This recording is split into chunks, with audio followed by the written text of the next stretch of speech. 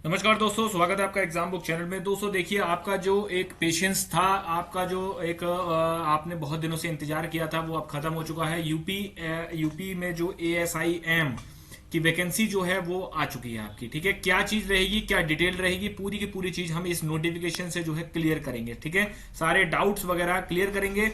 एक चीज मैं उसमें और बताना चाहता हूं, इन्होंने कुछ चीजों की वैकेंसीज को इंक्रीज किया गया है, जैसे सतर्कता अधिष्ठान उत्तर प्रदेश लखनऊ।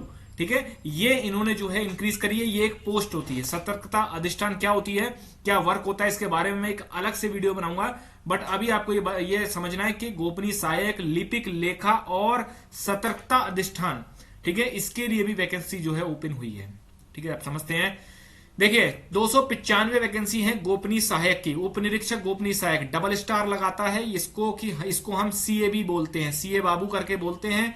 कॉन्फिडेंशियल असिस्टेंट होता है ये आपका DIG and above, DIG, IG और ADG और DG, इन रैंक को जो है ये लोग मिलते हैं। ठीक है, इसमें आपका जो है, इसमें 32 पोस्ट जो है वो सतर्कता अधिष्ठान वालों की हैं। फिर लिपिक के लिए 624 पोस्ट हैं और 20 पोस्ट आपकी जो है ये सतर्कता अधिष्ठान जो है आपका, इसमें आपका लिपिक की पोस्टें हैं।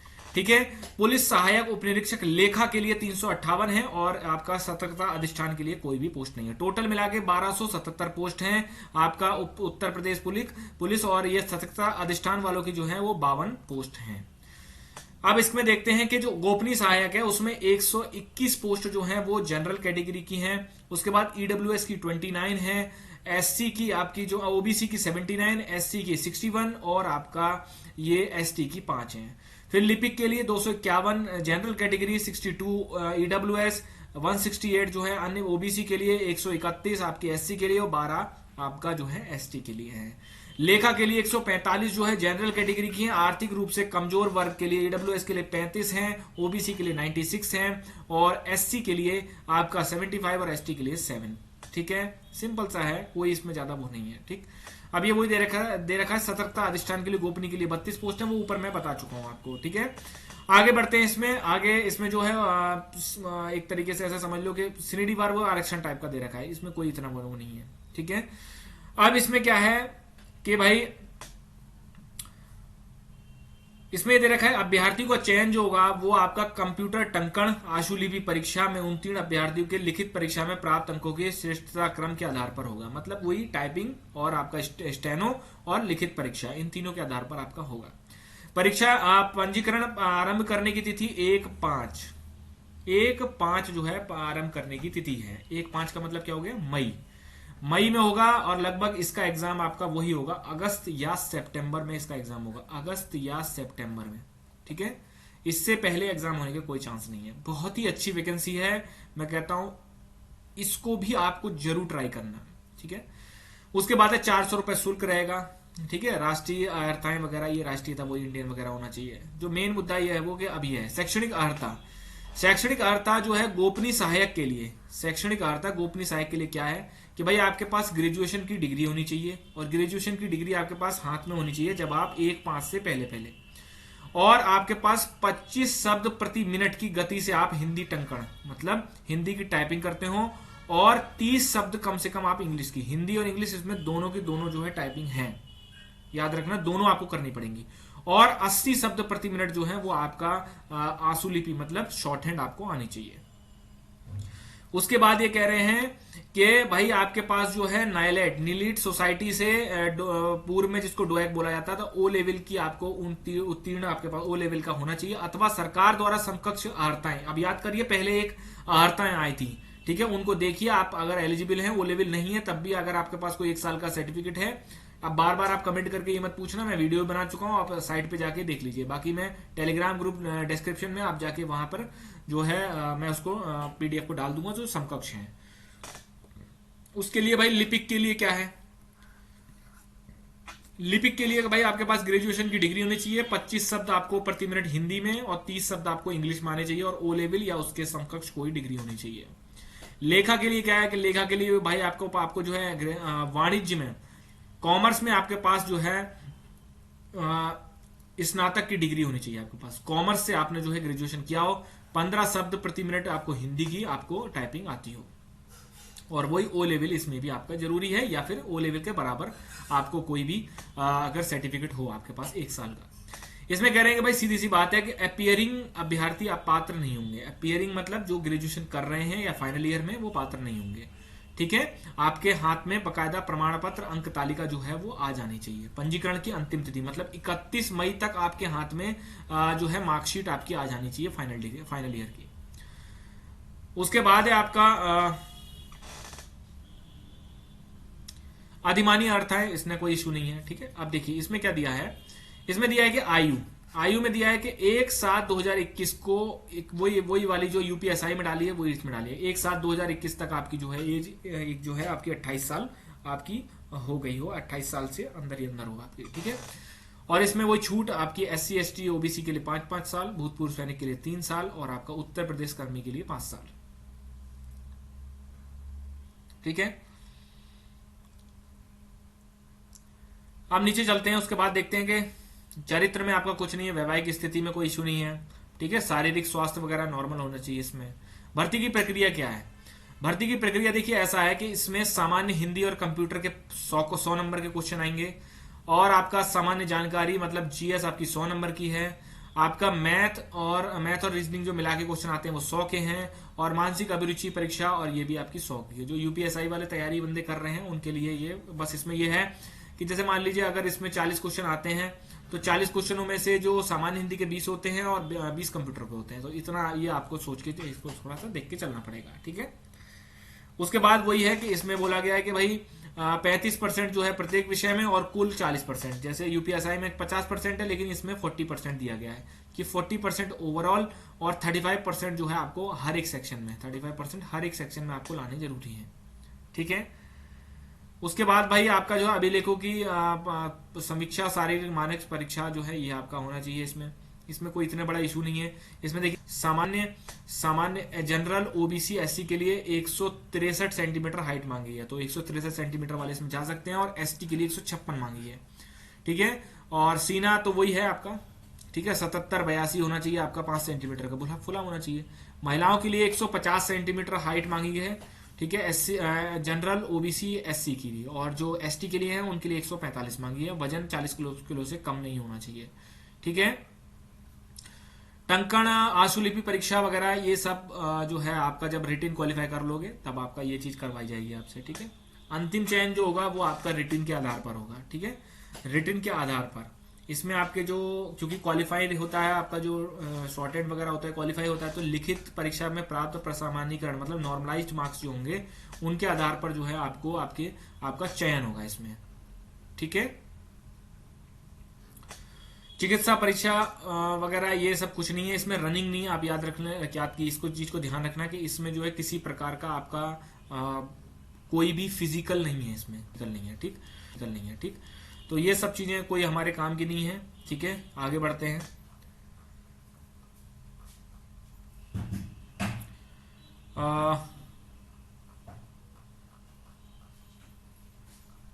आवेदन की प्रक्रिया तो वही सब जानते हैं, नॉर्मल तरीके से आपका फॉर्म भरा जाता है, ठीक है ना। तो इसमें कोई वो नहीं है, 1-5 से फॉर्म भरा जाएगा। तैयारी में जुट जाइए पूरी तरीके से, आपको तैयारी में बहुत ही बढ़िया तरीके से तैयारी करनी है, अदरवाइज ये मौका नहीं चूकना चाहिए।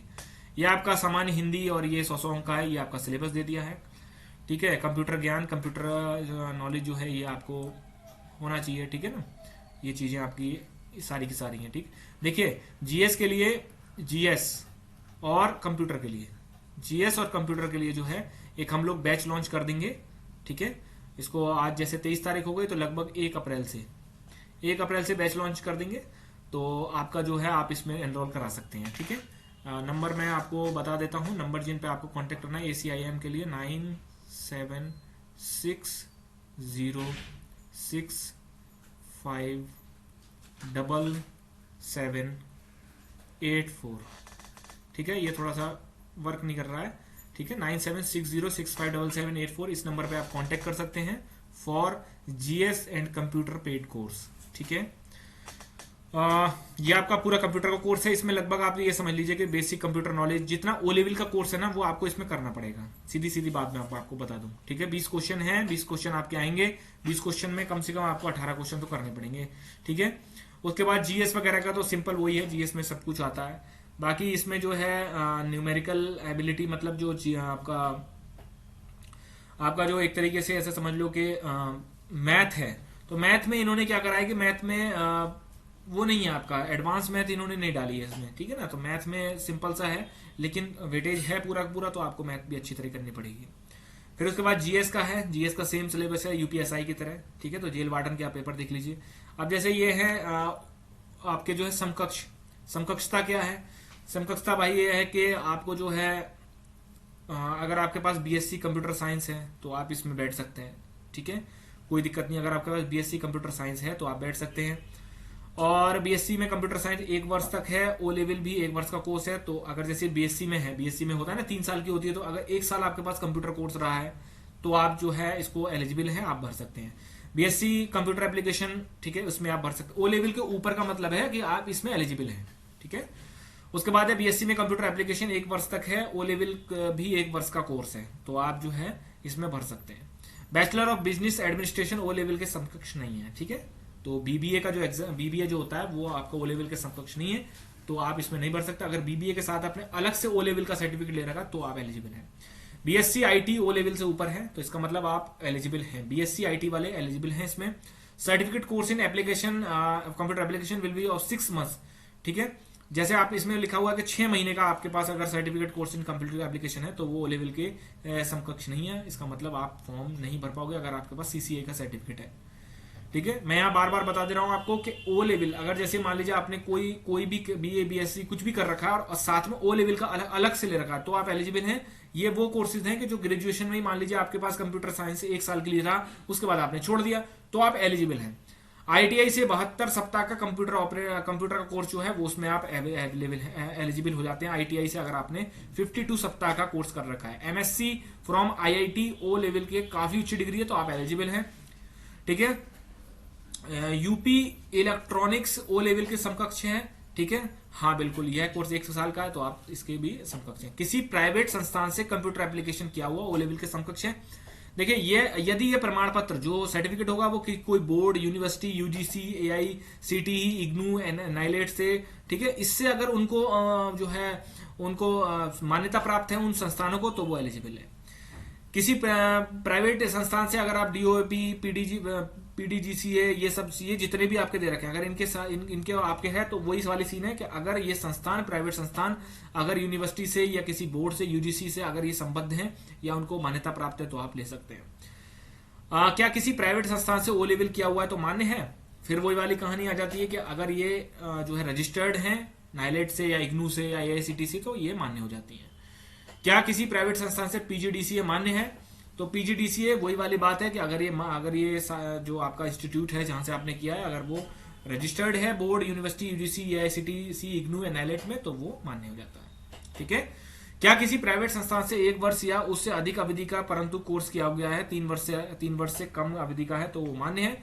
सेम कहानी कि आप जो है ये पूरा का पूरा जो है सिंपल सा है। इसमें अगर आप किसी प्राइवेट संस्थान से कोई भी अगर आप डिग्री डिप्लोमा अगर 1 साल या 1 साल से ऊपर करते हैं तो आपका जो भी सर्टिफिकेट होगा वो अगर इन सब बोर्ड, यूनिवर्सिटी वगैरह से किसी से अगर संबद्ध है या फिर किसी से अगर मान्यता प्राप्त है तो वो एलिजिबिलिटी हो जाएगी। जितने भी बीटेक आईटी या फिर आपका जो है बीटेक आईटी सीएस वाले हैं वो भी आपके एलिजिबल हो जाते हैं, ठीक है। फिर यह है कि राष्ट्रीय कॉम्प साक्षरता मिशन से अगर डिप्लोमा ओ लेवल का है तो बिल्कुल सही बात है, आप मान्य हो जाते हैं, उसमें कोई दिक्कत नहीं है, ठीक है। यूपी डेस्को से अगर आपने किया हुआ है तो भी आपका जो है ये मान्य हो जाएगा, ठीक। क्या किसी बिना पीसीएम के एमसीए किया हुआ है तो व्यक्ति पात्र है? एमसीए बीटेक के समकक्ष है, अतः ये 3 वर्ष के लिए डिप्लोमा की डिग्री है, अतः बिना पीसीएम के एमसीए किया हुआ व्यक्ति पात्र होता है, ठीक है। तो इसमें कोई आपको इतना बड़ा इशू बनाने की जरूरत नहीं है और सिंपल सा फंडा है। क्या बिना पीसीएम के बीसीए किया हुआ है तो वो भी पात्र होगा। बिना पीसीएम के पीजीडीसीए किया हुआ है तो अगर पीजीडीसीए 3 वर्ष के डिप्लोमा से नीचे की डिग्री है अतः बिना पीसीएम के पीजीडीसीए किया हुआ व्यक्ति पात्र नहीं है।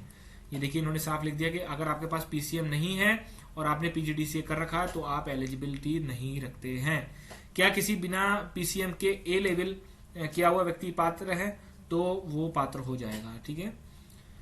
क्या माध्यमिक सांस्कृतिक शिक्षा के द्वारा या इग्नू के द्वारा अगर आपने कोई डिग्री डिप्लोमा कर रखा है तो वो पात्र हैं? तो हाँ, वो भी आप पात्र हो जाएंगे। इंटरमीडिएट में भौतिक विषय नहीं है लेकिन गणित विषय के साथ ही डिप्लोमा इन कंप्यूटर इंजीनियरिंग है, तो क्या मान्यता प्राप्त है? ठीक है, यदि यह डिप्लोमा किसी मान्यता प्राप्त से अथवा गवर्नमेंट रजिस्टर्ड इंस्टीट्यूट से अथवा कोर्स की अवधि 3 वर्ष या उससे अधिक है तो ये आप प्राप्त हो जाएंगे।